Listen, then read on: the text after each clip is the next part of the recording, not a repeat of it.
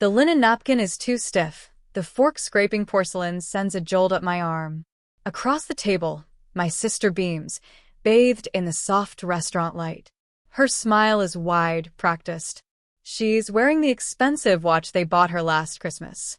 It catches the light with every animated gesture as she talks about her promotion. My parents are leaning forward, their faces alight with pride. They hang on her every word, interrupting each other to praise her hustle, her dedication, her climbing of the corporate ladder. They talk about late nights at the office, the sacrifices she made, the way she navigated company politics with grace and intelligence. They paint a picture of a relentless ascent, earned brick by painstaking brick. The wine in my glass sits still, reflecting the chandeliers above. It looks like liquid amber, warm and inviting, utterly detached from the cold not forming in my stomach. I take a slow sip. The dryness hits the back of my throat, a familiar sensation. Bitter. My mother is speaking now, her voice lilting with adoration. She earned this. Every step. Nobody gave her anything. Pure grit. That's our girl, my father nods emphatically, raising his glass to my sister. She blushes, a picture of humble success. They talk about the company, the big, established corporation where my sister has just become a vice president. They speak of its legacy, its stability, its power in the market. They talk about her future there, paved with gold and recognition. Their eyes flick over me occasionally, brief, assessing glances that hold a familiar disappointment. They ask vague questions about what I'm doing, a thinly veiled inquiry into why I'm not doing something more tangible, more understandable. My answers are always brief, non-committal. Working, I say. Or building something. It satisfies them just enough to turn their attention back to the main event, back to my sister, back to the narrative they understand and approve of. The air feels thick with unspoken history, years of comparison condensed into this one celebratory dinner. The clinking of glasses, the murmur of other diners, the soft jazz from the restaurant speakers, it all fades into a dull roar in my ears. All I hear is the echo of their words. She earned this. Pure grit. The subtext hangs heavy, unlike you. My smile is fixed, a careful mask. I nod along, offering congratulations that taste like ash. Inside, a different narrative is unfolding, one built in silence, in the shadows they never thought to look. And it is moments like this, steeped in their effortless dismissal, that fuel the quiet, relentless fire burning within me. Let me know where you're watching from and what time it is. And if you haven't already, please subscribe. It helps me more than you know. It wasn't always like this chasm between us, this effortless favoring of one over the other. There were flashes early on of something different, moments when my own small victories were seen, acknowledged. But those faded. Or perhaps they were always overshadowed by the sheer, undeniable brightness of my sister.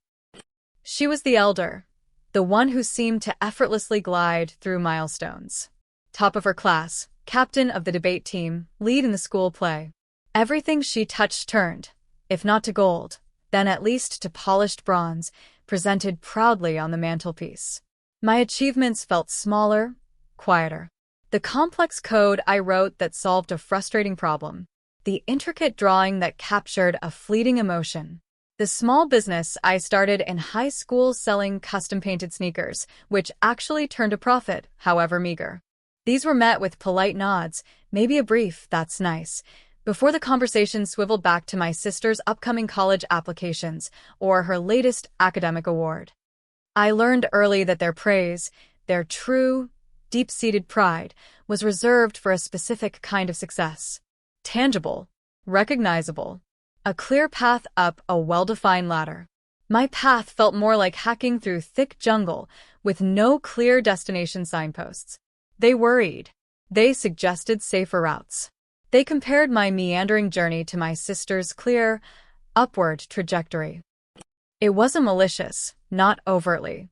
It was just expectation. And perhaps a lack of imagination for paths they didn't understand. They loved me, I knew that. But their love felt conditional, tied to potential they didn't see being fulfilled in a way that made sense to them. My sister's way made sense. It was linear. It was respectable. It was easy to boast about at dinner parties. The dynamic solidified over the years. She went to a prestigious university, landed a coveted corporate job right out of school. Her career progression was textbook. Promotions came steadily. She bought a sensible apartment, a reliable car. She fit the mold of success they had envisioned. Meanwhile, I bounced between things. A year trying one field, then another. Each pivot met with a raised eyebrow, a sigh. Still figuring things out? They'd ask, their tone gentle but laced with concern that felt more like judgment. I heard it as, "When will you be more like your sister?" My own ventures felt like basement projects compared to her gleaming office tower. I started a small consulting gig, then tried building a niche software tool. There were late nights fueled by cheap coffee, moments of exhilarating progress followed by crushing setbacks. I learned to operate in solitude, to rely only on my own conviction. Their lack of understanding became a shield, paradoxically. I stopped trying to explain. It was easier to let them believe I was just drifting, waiting for inspiration to strike, while their golden child built her empire. The invitation arrived 3 weeks ago. A formal card, embossed lettering. Join us in celebrating sister's name, S promotion to vice president.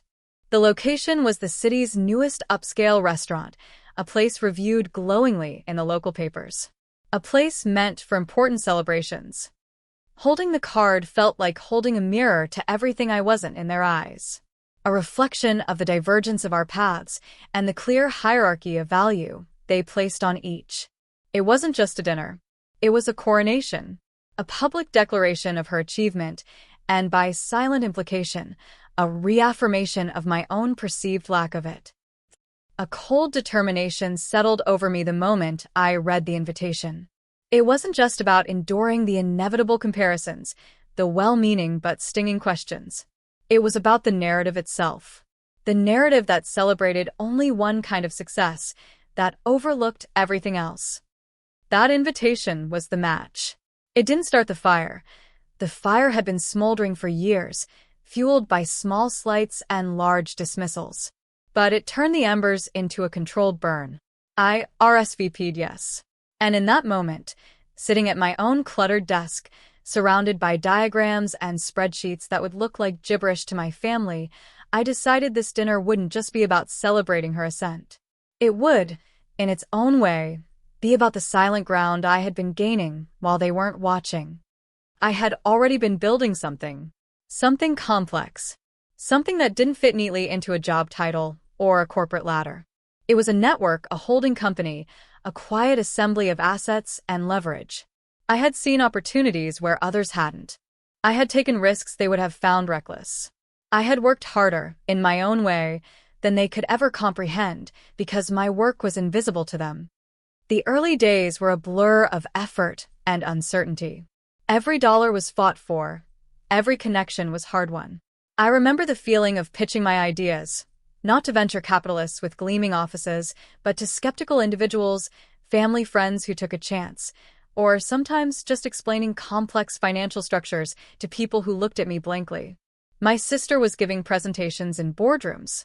I was hunched over a laptop in a coffee shop, explaining term sheets to someone on the phone, trying to sound more confident than I felt. There was the constant pressure. The rent needed paying. The small team I eventually hired needed salaries. There was no safety net, no corporate HR department, no steady paycheck. Just the raw, terrifying responsibility of making it work. I saw my sister posting on social media about company retreats, about hitting sales targets, about her mentor guiding her career.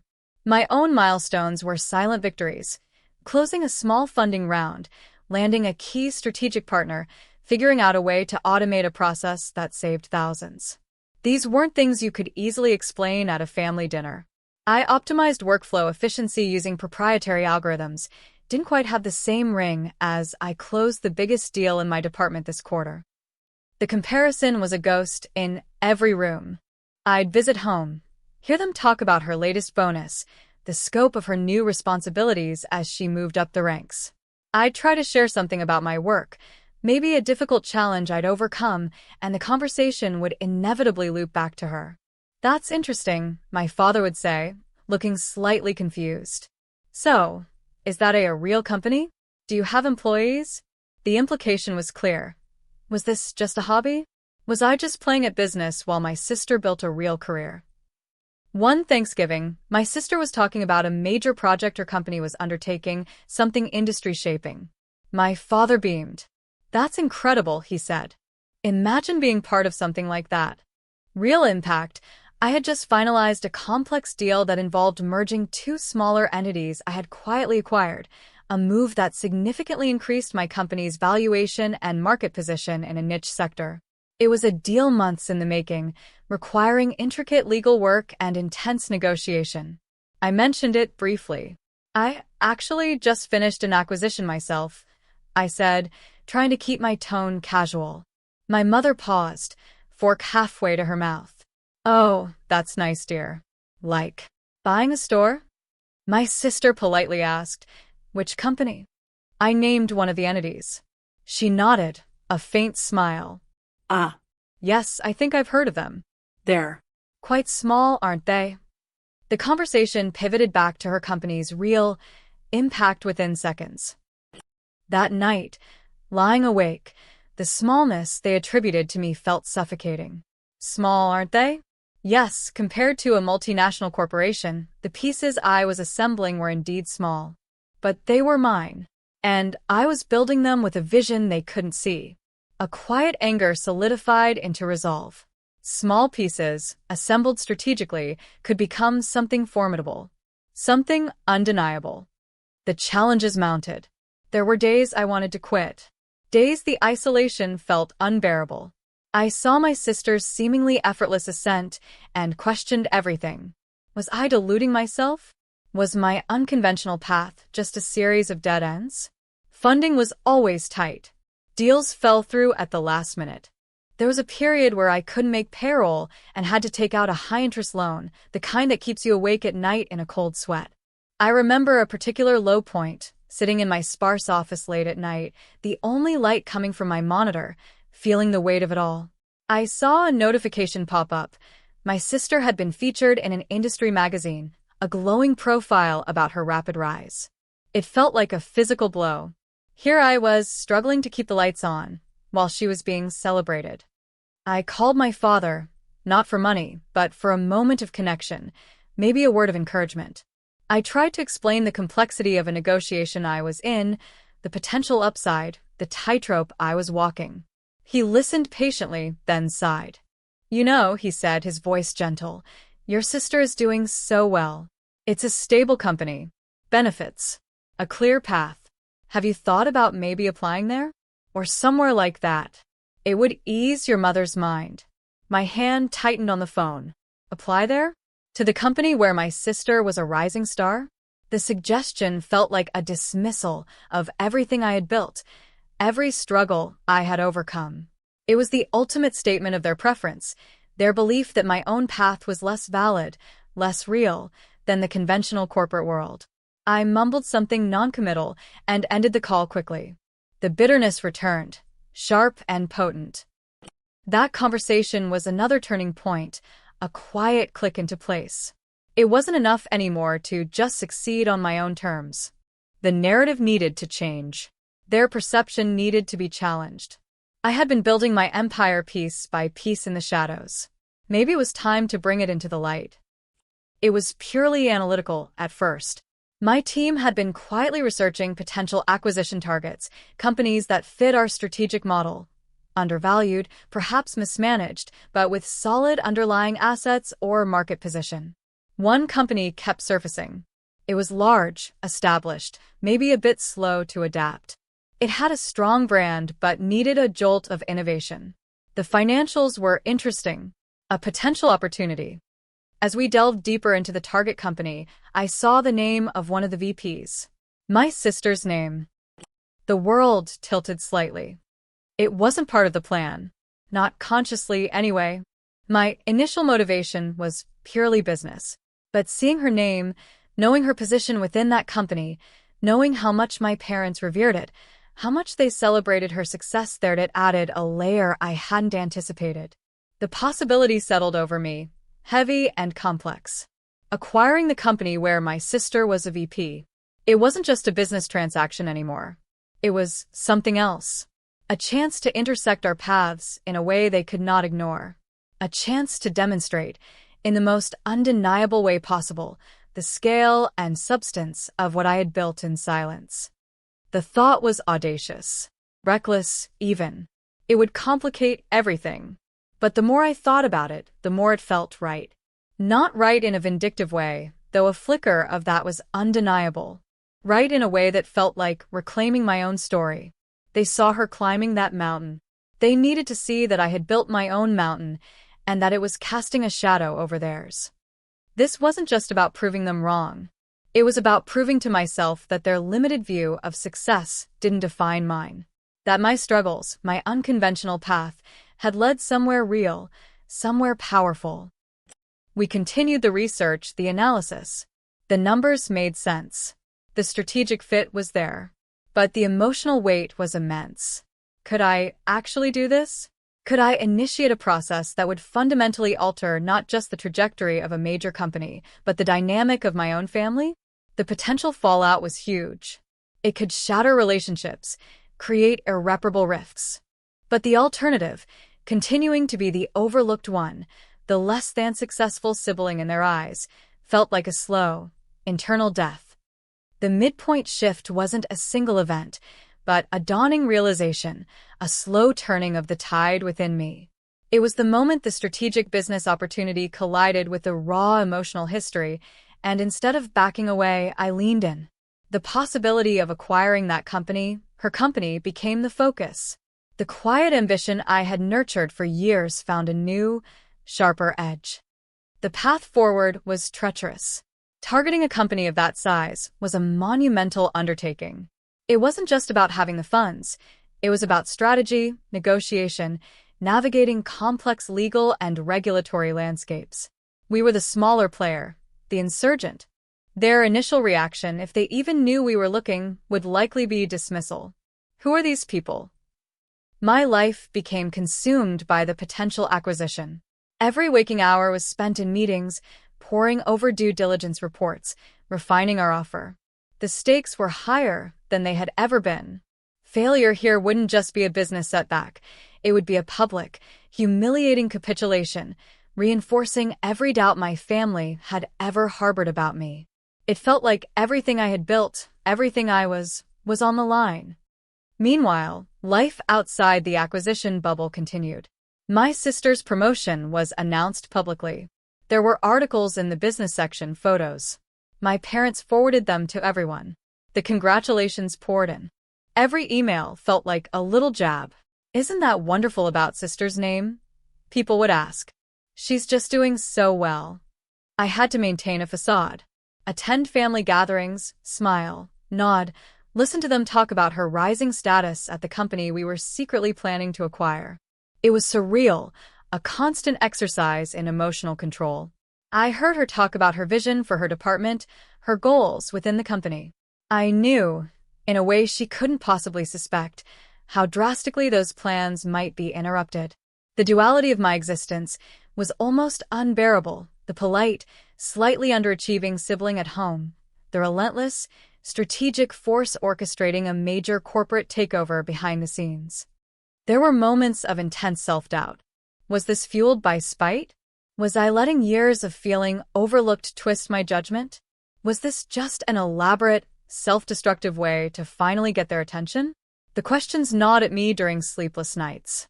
My advisors warned me about the risks, the potential for a hostile bid to become messy, protracted, damaging. They saw the business case, but they didn't see the emotional undercurrent driving me. One afternoon, my mother called.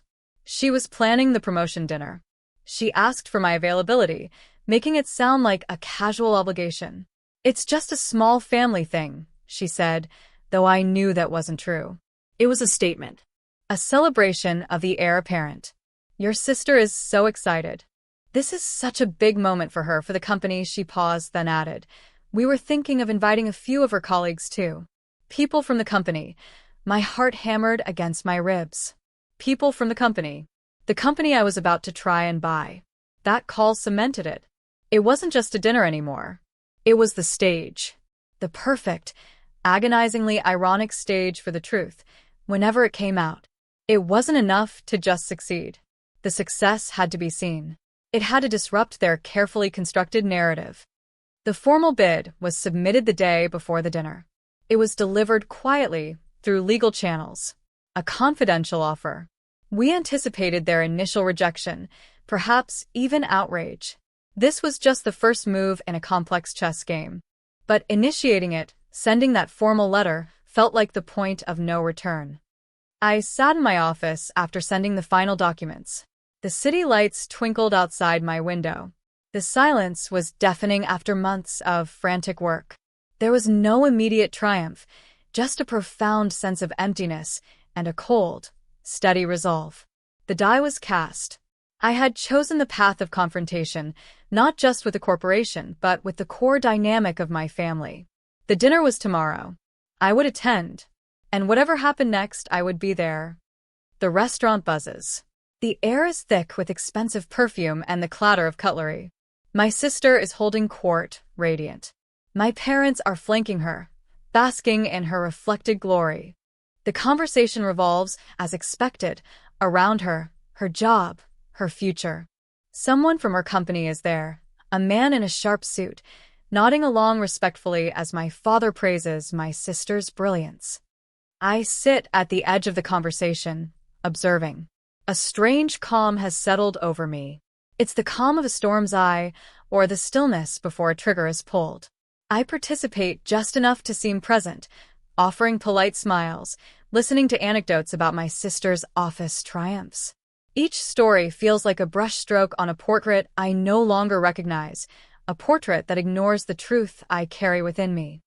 My mother turns to me, a fleeting moment of attention. "And you, dear?" she asks, her tone kind, but slightly strained. "How is everything? Any exciting developments?" She doesn't wait for a detailed answer, her eyes already drifting back to my sister. It's a perfunctory question, born more of obligation than genuine curiosity. I meet her gaze, and for the first time in years, I don't offer a vague platitude. My voice is low, steady. "Actually," I say, and the sound cuts through the ambient noise just slightly, drawing a few eyes. "There is something." My sister pauses mid-sentence, her smile faltering for a fraction of a second. My parents look at me, a mixture of surprise and mild impatience on their faces. What could she possibly have to announce that could compete with this? Their expressions seem to say. I reach into my inner jacket pocket. My hand is steady. I pull out a single envelope. It's a simple envelope, plain white, but the weight of it in my hand feels immense.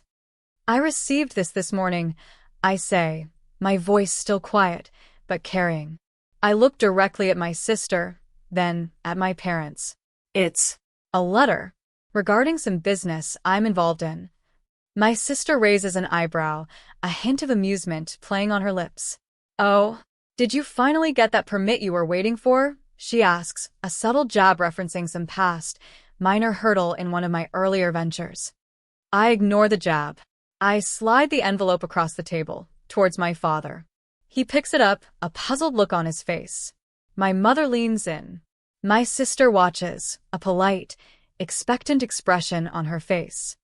My father opens the envelope. He pulls out the single sheet of paper inside. It's a summary sheet, delivered concurrently with the formal bid, outlining the key terms of our proposal.